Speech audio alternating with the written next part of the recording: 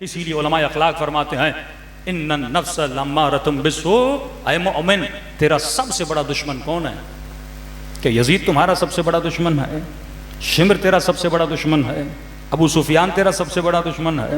سپاہی صحابہ تمہاری سب سے بڑی دشمن ہے؟ فرمایا نہیں، یہ زیادہ سے زیادہ اگر قتل کریں گے تمہارے جسم کو قتل کریں گے۔ جسموں کو موت دے سکتے ہیں پر روحوں کو موت نہیں دے سکتے۔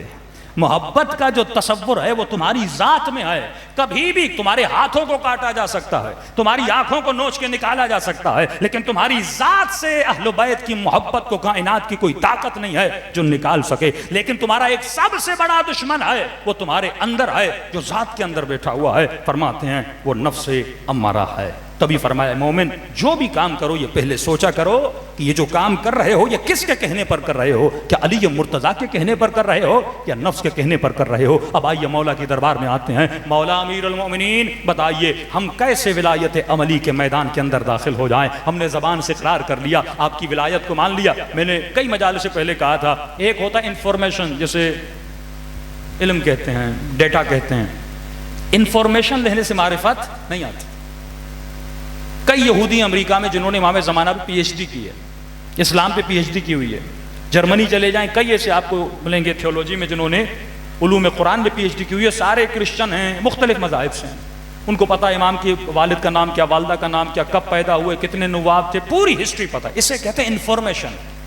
انفارمیشن کے کلیکٹ کرنے سے کسی کے دل میں معرفت نہیں آتی۔ معرفت اگر آتی ہے تو عمل کے ذریعے سے آتی ہے۔ کہ میں نے سامری کی مثال آپ کو دی کہ سامری جتنا بڑا عالم، جس حضرت موسیٰ نے کہا کہ تم نے کیسے میری قوم کو گمراہ کیا؟ کہ میں نے آنکھوں سے دیکھا جب دریا دو حصوں میں بدل گیا تو میں نے جبرائیل کو دیکھا، جبرائیل گھوڑے پہ سوار تھا، میں نے اس کے قدموں کی خاک کو لیا، ایک مردہ بچڑے کے منہ میں ڈال دیا، بچڑا زندہ ہو گیا۔ یعنی اتنا بڑا عالم تو تھا نا کہ آنکھوں سے جبرائیل کو دیکھ رہا تھا، اتنا بڑا عالم تو تھا نا جسے پتا تھا اس کے گھوڑے کی خاک میں اثر کیا ہے۔ تو صرف عالم ہونا کافی نہیں ہے، جب تک انسان عمل نہ کرے تب تک سلمان فارسی نہیں بن سکتا۔ عمل سے انسان کی زندگی بنتی ہے۔ تو اے مومن یہ بتاؤ کہ تمہارے اندر کتنے پرسنٹ ولایت علی ابن ابی طالب ہے؟ بھائی آپ کمپیوٹر لیتے ہیں، اس کی بیٹری لو ہو جاتی ہے، پھر اس کو چارج کرتے ہو نا، تو چیزوں کو چارج کرنا پڑتا ہے۔ یہ مجلسیں چارج کرنے کی مجلسیں ہیں کہ ایمان 11 مہینے لو ہو گیا ہے، اب آؤ حسین کی مجلس میں اپنے ایمان کو چارج کر لو۔ صلوات پڑھے محمد و آل محمد۔